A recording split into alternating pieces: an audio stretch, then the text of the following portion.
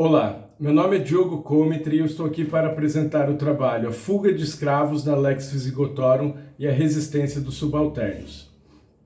A Lex Visigotorum, em seu livro 9, título 1, possui 21 medidas direcionadas ao combate das fugas de pessoas escravizadas, o que levou grande parte da historiografia do século XX e início do século XXI a sustentar que a sociedade visigótica poderia ser entendida como uma sociedade escravista.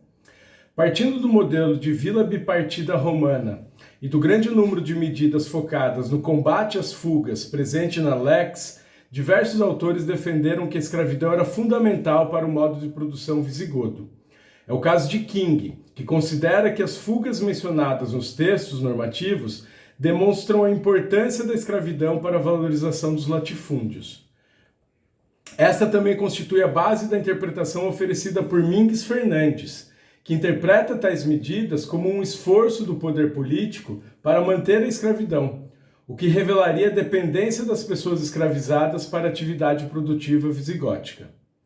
Por sua vez, Martim propõe que as propriedades eram divididas em reserva senhorial e mansos familiares, porém sua abordagem não rompe com a visão da sociedade visigótica como escravista, já que o autor sustenta que a produção das reservas senhoriais era muito superior do que a dos mansos familiares, o que indicaria a dependência da mão de obra escrava. Porém, Bastos questiona tais interpretações, ao evidenciar a expansão dos latifúndios na sociedade visigótica, juntamente com o aumento dos vínculos de dependência dos camponeses em relação aos grandes proprietários, sobretudo por meio da imposição do patrocínio.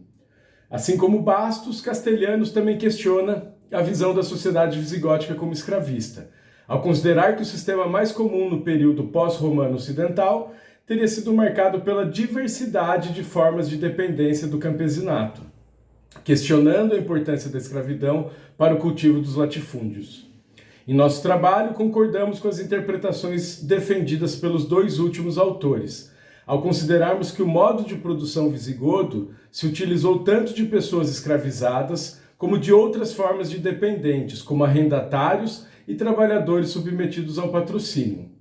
Desse modo, o que a grande presença de medidas direcionadas ao combate de fugas de pessoas escravizadas nas leges demonstraria é o desejo das aristocracias de estabelecer o controle sobre todo o campesinato visigótico, seja ele livre, servilizado ou escravizado.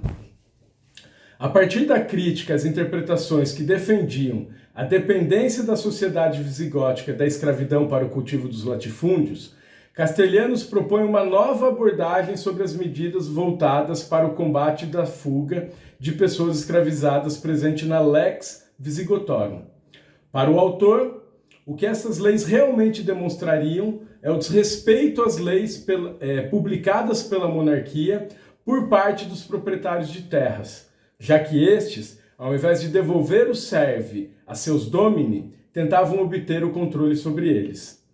Tal interpretação parece fazer sentido, já que grande parte das leis sobre o tema parecem combater tal prática, sendo algumas delas leis complementares publicadas em reinados posteriores à criação da Lex.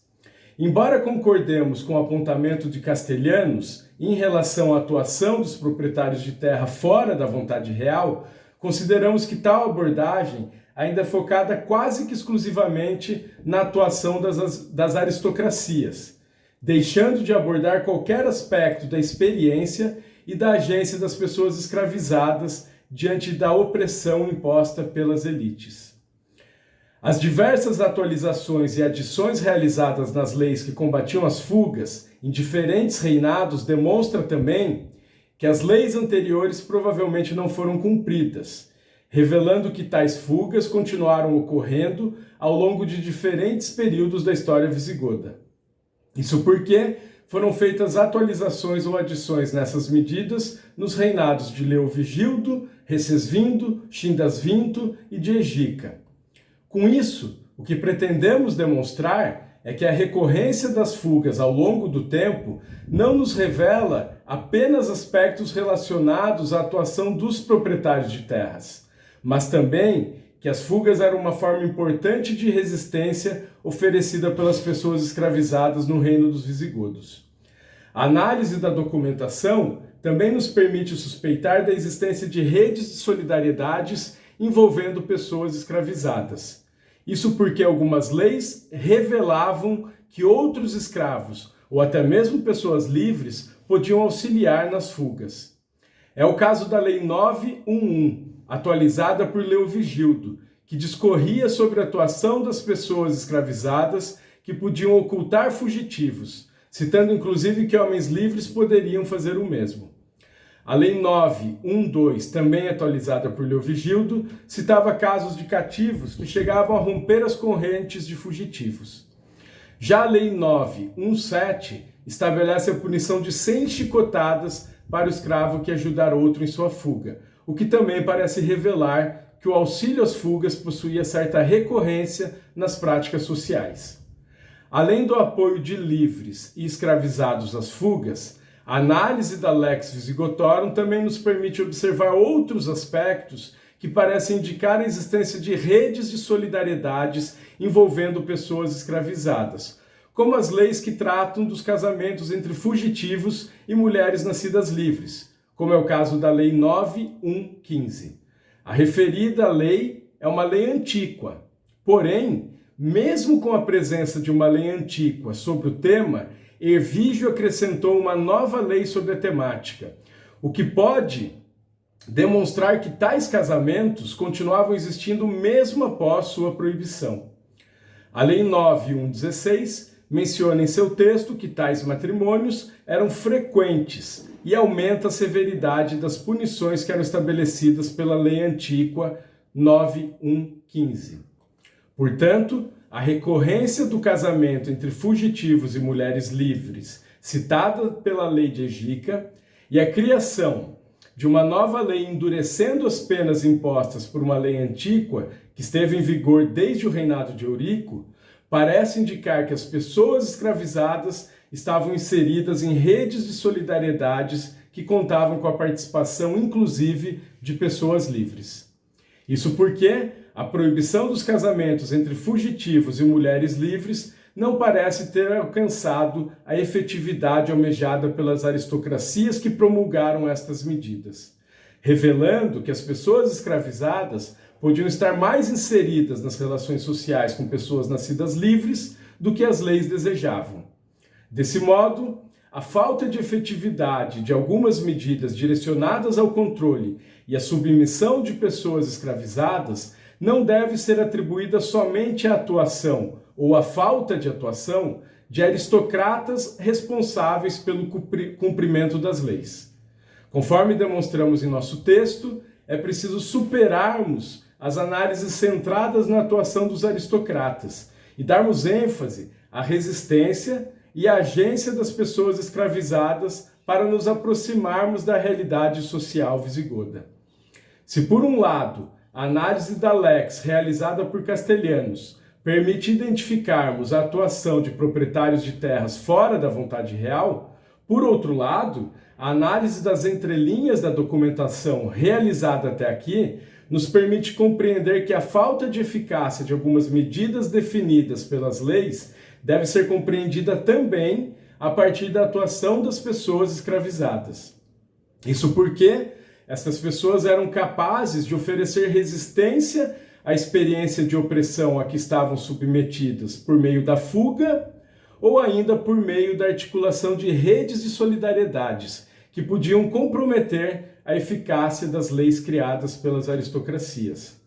Também podemos identificar pela análise da temática das fugas na Lex Visigotorum que alguns fugitivos podiam possuir bens e utilizá-los inclusive para perseguirem o objetivo da fuga. A Lei 9.1.14 obriga a devolução do escravo fugitivo juntamente com os bens que este possuir, proibindo que os que identificassem o fugitivo recebessem algo para facilitar a fuga do escravizado. Convém ressaltar que a referida lei é uma lei antiqua e que por isso esteve em vigor desde o reinado de Eurico. Mesmo assim, a Lei 9.1.21, promulgada por Egica por volta do ano 693, voltou a tratar da temática do recebimento de presentes em troca da dissimulação da fuga, citando inclusive autoridades como bispos, juízes e governadores. A retomada de tal temática, séculos após a publicação da Lei Antíqua, pode demonstrar que pessoas escravizadas em fuga continuavam oferecendo presentes em troca da facilitação ou da dissimulação de suas fugas. A denúncia de tal prática pelos textos normativos pode indicar mais uma forma de resistência oferecida pelos fugitivos, que era a utilização dos bens que possuíam para perseguirem o objetivo da fuga. Ao mesmo tempo, a correção feita às autoridades públicas pela Lei 9.121 nos obriga a refletir sobre que tipo de bens as pessoas fugitivas poderiam possuir para conseguirem subornar bispos, juízes e governadores. Torna-se difícil sustentarmos que tais fugitivos possuíam bens materiais tão valiosos a ponto de serem atrativos para estas autoridades, já que estes eram membros das aristocracias e certamente possuíam acessos a bens considerados de luxo na sociedade visigoda. Ao mesmo tempo, não temos nenhuma evidência da cultura material que nos permita sustentar que pessoas escravizadas pudessem possuir bens que fossem atrativos para membros das elites. Diante disso, podemos conjecturar que a contrapartida oferecida por fugitivos pela facilitação ou pela dissimulação de suas fugas pudesse não ser um bem material, mas sim as obrigações assumidas pelos fugitivos com aqueles que contribuíram com a sua fuga, ou com a ocultação de seus status legais. Ou ainda, que os supostos subornos recebidos pelas autoridades, segundo o texto da lei, eram pagos por outros aristocratas que estavam estabelecendo controle sobre tais fugitivos. Neste caso, por um lado, podemos retomar a interpretação de Castelhanos sobre a atuação de aristocratas que atuavam fora da vontade real para estabelecerem o controle sobre os fugitivos. Porém, dessa forma, permaneceríamos oferecendo uma abordagem focada apenas na atuação das elites para entendermos a falta de efetividade de algumas medidas legais direcionadas ao controle das pessoas escravizadas. Acreditamos que a análise destes aspectos revelados pela documentação deve tentar abordar aspectos da agência destes fugitivos. Sob esta perspectiva, podemos conjecturar que estas leis podem revelar que, ao contrair obrigações com aristocratas, que de alguma forma contribuíram para a fuga ou para a dissimulação de suas condições de escravizados, esses fugitivos tentavam negociar novos termos de sua subordinação. Ou seja, estas pessoas poderiam se aproveitar da atuação de aristocratas que buscavam ampliar seu número de dependentes para buscar formas de submissão menos desvantajosas do que possuíam com seus antigos mestres. Portanto, tentamos demonstrar em nosso trabalho a necessidade de resgatarmos as pessoas escravizadas da ótica da elite que produziu nossa documentação. Para isso, se faz necessário o questionamento das abordagens excessivamente legalistas da Lex Visigotorum, além da adoção de novas premissas que permitam aos pesquisadores identificarem aspectos importantes da agência das pessoas escravizadas. A análise das entrelinhas dos documentos, por meio de uma leitura a contrapelo, pode revelar características importantes da existência dos subalternos no reino dos visigodos e de suas relações com pessoas de diferentes status jurídicos. Somente desta maneira é possível realizarmos um movimento no sentido de incluir verdadeiramente os subalternos nas análises que oferecemos do nosso objeto de estudo. Acreditamos, portanto, que para buscarmos respostas para a falta de efetividade de algumas medidas estabelecidas pelas leges, precisamos considerar tanto a atuação dos aristocratas como a dos subalternos. Consideramos que para nos aproximarmos da realidade social visigótica, dando profundidade a alguns fenômenos como a reiteração de leis para combater as fugas de pessoas escravizadas, é preciso considerarmos a atuação dos subalternos, reagindo à experiência de opressão a que estavam submetidos e negociando os termos de sua subordinação. Obrigado.